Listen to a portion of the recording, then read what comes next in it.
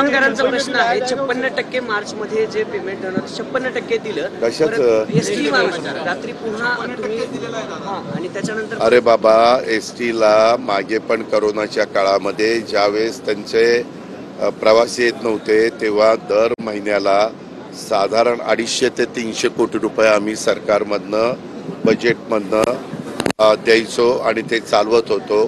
आता आपण 50% महिलांना तिकिटामध्ये सवलत दिलेली आहे।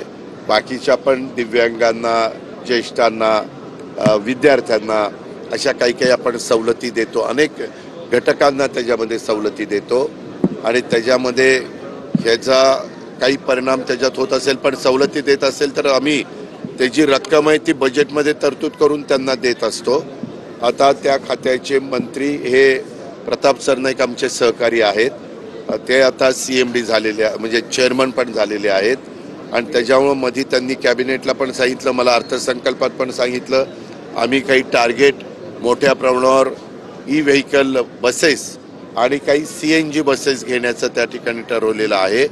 तशा प्रकारे झाल्यानंतर थोडं एक आहे, देशात किंवा जगात पब्लिक सर्व्हिस ट्रान्सपोर्ट कुठंही फायद्यात नसते असं माझी माहिती आहे। चुकीचे असेल तर मी माघार घेईन पण माझी माहिती आहे। शेवटी सर्वसामान्य माणसांना पब्लिक सर्व्हिस ट्रान्सपोर्ट ही किफायतशीर दरामध्ये तिकिटाचे दर असले पाहिजे आणि त्याच्यामुळं तशा प्रकारचा प्रयत्न सगळेच सरकार करत असतं आणि त्यामध्ये आमचाही प्रयत्न तोच आहे।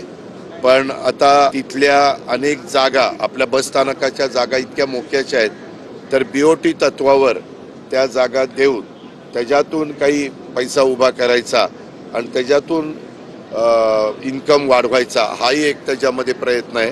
आणि हा प्रयत्न करत असताना असं एक पुढं आलं की आमचं राज्य सरकारचं धोरण 30 वर्ष पहिले नंतर 60 वर्ष, तर 30 वर्षामध्ये कुणी BOTला येईना। ते म्हणतात बांधकाम करायला आम्हाला 2-3 वर्ष लागतील, पुढं 25 वर्ष राहतील आणि मग कसं आमचं व्हायचं।